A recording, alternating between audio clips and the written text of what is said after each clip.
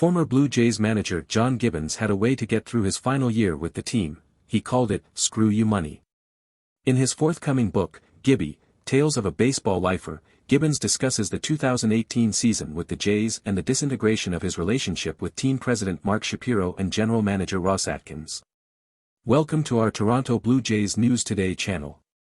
If you haven't done so yet, please subscribe and click on the bell to activate notifications, so you don't miss any new videos. According to a story on the Toronto Sun, in his book Gibbons details how things became particularly unpleasant late in his final campaign when he became convinced that the front office had leaked rumors that he was going to be fired as a trial balloon.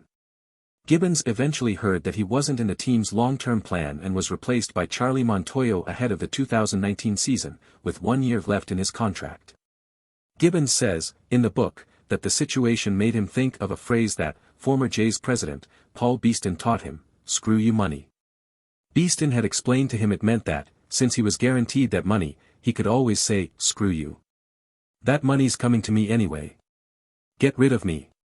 In the penultimate chapter of the book titled, The Inevitable Fall, Gibbons explains how the upheaval manifested itself in many ways that didn't sit well with an old-school manager dumbfounded at some of the developments in a changing game. The arrival of the high-performance department was emblematic of the disconnect between Gibbons and Shapiro and Atkins, who were making everything more corporate. He goes on to detail the collapse and the frustrations associated with the rebuild, both for himself and his players. Decisions were made, and not only was I not consulted, but they directly changed how I operated, Gibbons reveals. There was a lot of hiring going on, and every time you turned around, it seemed like you bumped into somebody new. Now I knew why we couldn't sign Eddie or Jose. We had to pay all these new people, Gibbons writes, referring to the departure of Edwin Encarnacion and Jose Bautista, the cornerstones of those 2015 and 2016 Jays playoff teams. Despite these passages describing his firing, the book in no way disparages the Blue Jays.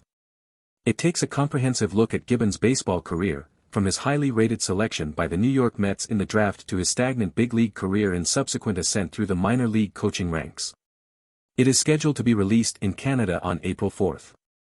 Please leave a comment and let us know what you thought of Gibby's time in Toronto and if you agreed with his firing. Don't forget to like the video and subscribe to the channel so you don't miss any of the latest Blue Jays news. Thanks for watching.